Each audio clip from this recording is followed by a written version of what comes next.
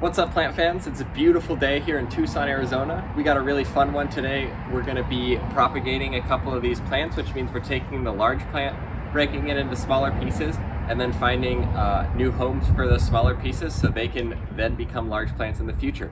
Let's get growing.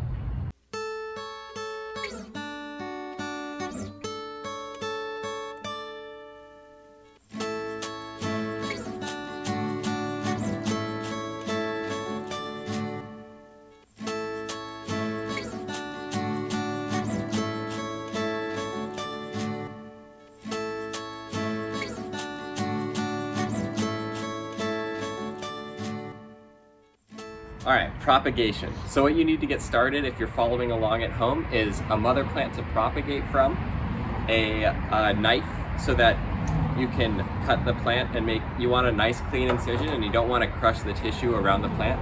You'll need some way to handle the cactus or euphorbia or whatever it is you're propagating safely without damaging your hands. So we're going to use a pair of like barbecue tongs, and then this step we have isopropyl alcohol to sanitize the blade because we don't want to introduce any fungal pathogens or anything like that into the cuts that we're making. We want this to be as healthy and clean as possible to give the plants a great chance of rooting.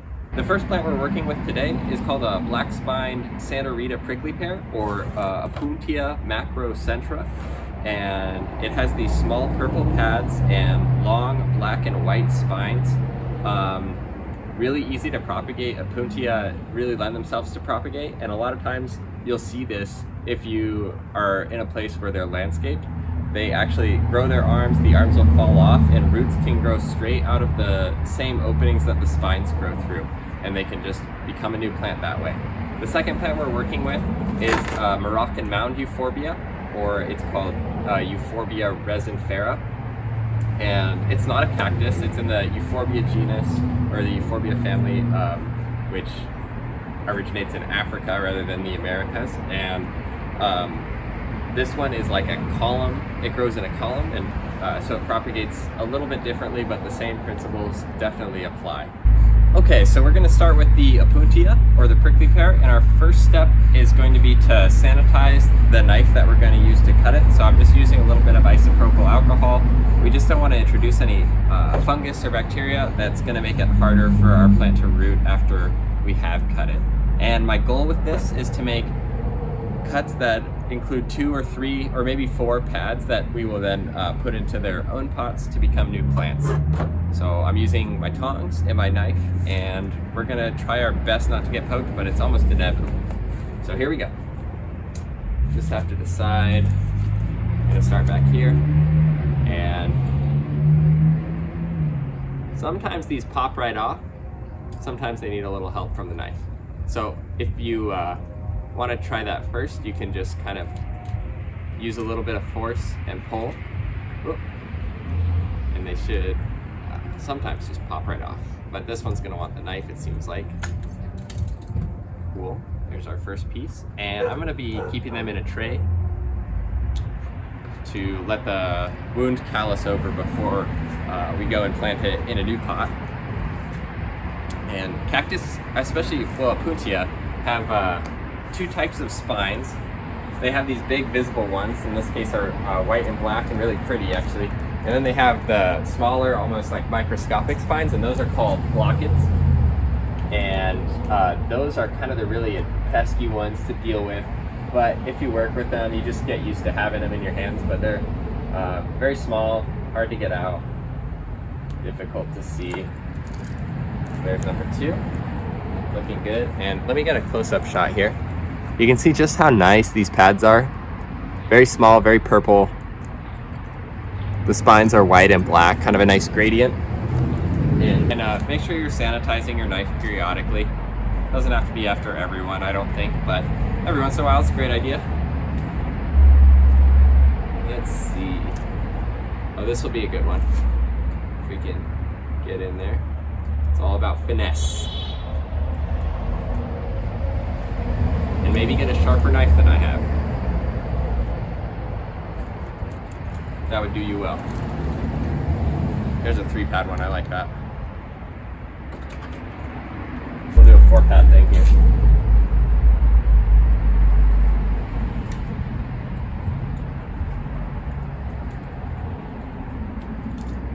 that's a nice one. Oh, got me. Lost it. Other advantage of tongs. Gotcha. You can't see this in the video, but there's a decent amount of this plant left. It's kind of all stemming from one large plant, so this was propagated from a larger version, you can see, and the pads get smaller as they go up, obviously, but you want to leave enough of the mother plant so that you're not traumatizing the plant so much that the mother plant won't grow back after propagation. So I'm going to cut this 2-pad section off, and that's going to be my last one. Okay, moving right along, the hard part's over. Now we're on to this Moroccan Mound Euphorbia, and this should be fairly easy to propagate. It's connected to the larger stems with like pretty small points, so I think that some of these we should even just be able to pluck off with the tongs and the use of our hands very carefully. You can really touch these guys kind of right between the spines, and that's okay. So we'll see. I'm gonna sanitize my knife again. And it's interesting, these plants, they actually have latex in their sap, so it's like this white latexy looking substance that comes out when you're chopping them up. I would do my best to avoid getting that on yourself, or myself. Here, I'll show you. Leaking as we speak. See if we can get a focus shot there. So it's kind of a white, sappy, latexy substance. Weird. Oh. Yeah, big time. These guys are really going. I'm gonna push this off the table a bit so that hopefully it just drains onto the ground. But, you know, it's inevitable. You're gonna get some everywhere. That's the way it goes. Nobody said this was gonna be easy, so didn't sign up for fun camp.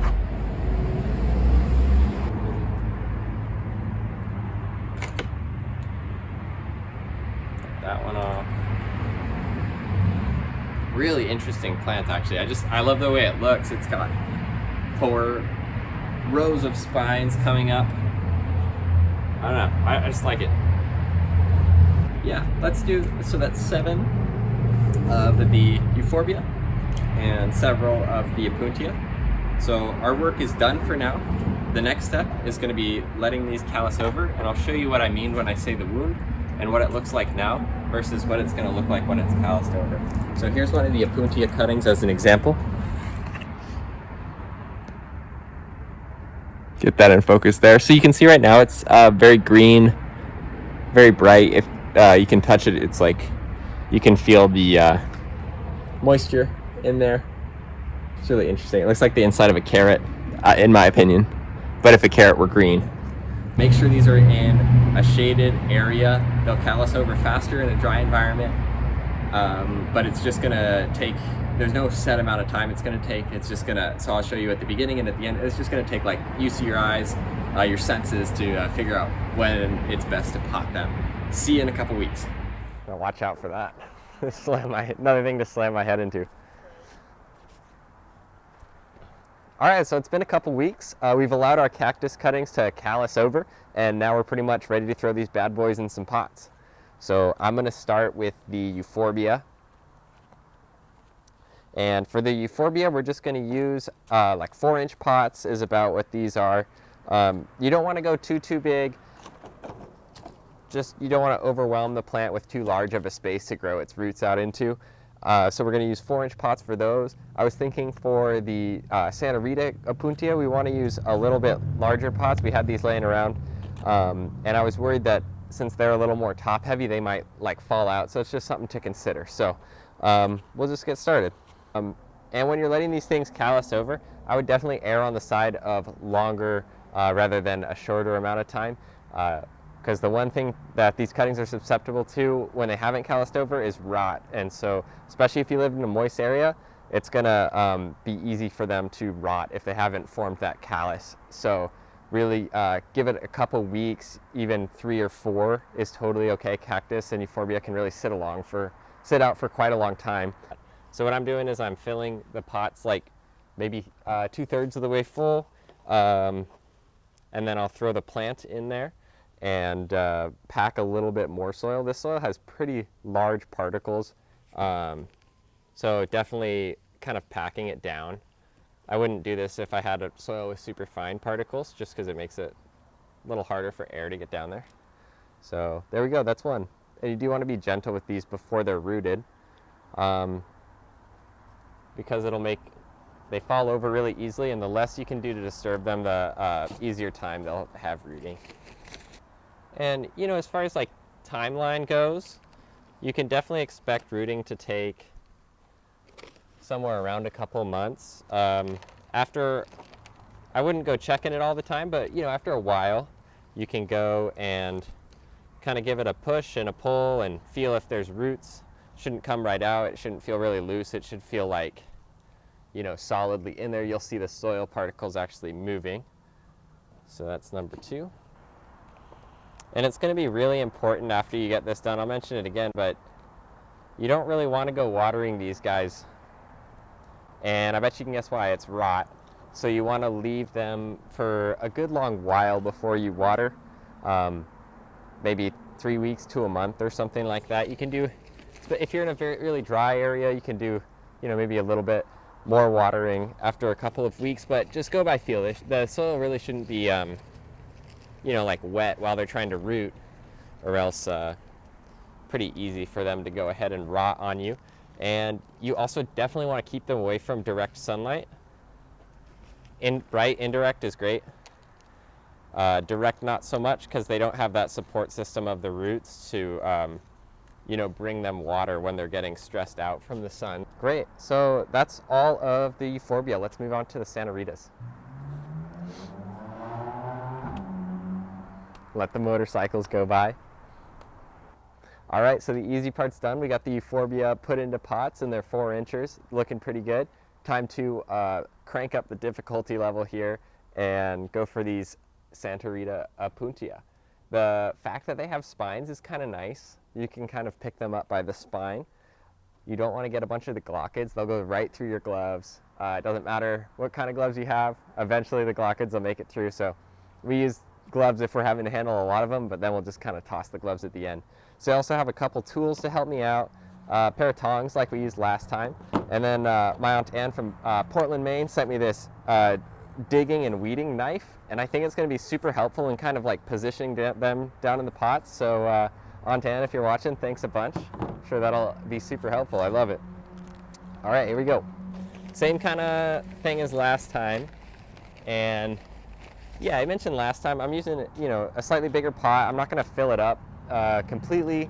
I just think that the sides of this pot will help support the larger size of the plant. So yeah, you know, just kind of make a well here for the cactus to go into. Yeah, this guy. Whoa. All right, so don't do that. These cactus will fall out super easily, so you want to make sure they're pretty secure. But you also want to balance, you don't want them to fall over, but you also want to make sure that they have enough, or aren't buried too deep. Nice cone. Let's see. Go for this guy, big boy. Oh yeah. So this one's going to be a bit supported by the pot, which is actually really nice. I think I'm going to go ahead and use a couple of these smaller pots for just I have a couple that are just 1 pad, and I think the small pots will work fine for those. So let's try and get those out of the way. Yeah, maybe let me know in the comments like what type of plants you've been enjoying growing lately, or what's your favorite plant that you have. Some number of days ago or so, we got some snow. It was kind of crazy. I have a video. Maybe I'll put it up on YouTube. Just like a short one.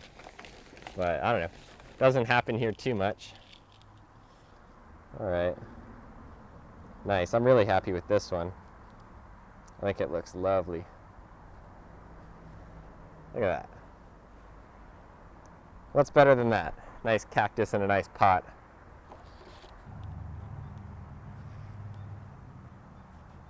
Good to have a pair of tweezers around if you are working with cactus with glockids, those little tiny spines that kind of get everywhere. They can really be pretty irritating. I remember we were driving, I had one in like Got one in my eye one time. We were driving around just from whatever, picking up Santa Ritas or whatnot, and it's like, can't really tweeze it when it's in your eye, but you know, part of the old cactus trade or whatever. This one, you know, and you can always rotate it if you're not quite happy with how it looks. This is when you really get to decide how you want them to grow, which is kind of fun. And honestly, super rewarding to like start out with a big cactus and then take the cuttings off of it, let them root, grow them up big and strong. With these Opuntia, too, just to give you an idea, I am definitely ending up burying a decent amount of the first pad coming out, but that's really okay. I mean, anything that'll kind of help it stand up that's just the way it is. Eventually the stems, when they get big enough, go from being like this purple to almost like really weathered looking. They become woody. So just a couple left here. Dirt, dirt, dirt. Nice. This is one where the digging knife really came in handy. Don't want to approach those spines with my fingers. Javelina are pretty wild. You'll see if you come out here, you'll see these cactus pads that have like, you know, they'll have like 2 or 3 inch spines and they just have these bite marks out of them. Javelina, they don't seem to mind eating the glaucids and the spines or whatever. I guess they're fine with it. Not me.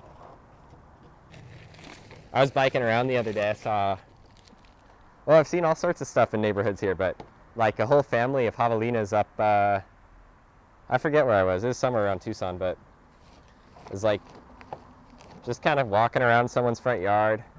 Okay, enough of that. Looking good.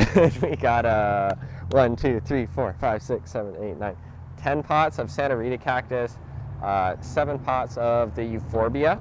We're gonna put all these guys in either indirect light or even shade to let them root, and we are not gonna water them for a few weeks, at least 2 weeks, maybe even 3 to 4 weeks. We'll just see. Cactus honestly do super, they're fine without water for quite a long period of time. You want to give them that time to get their roots out, get into the soil, make a foothold, and then to avoid the rot, you know, then you can water them after that.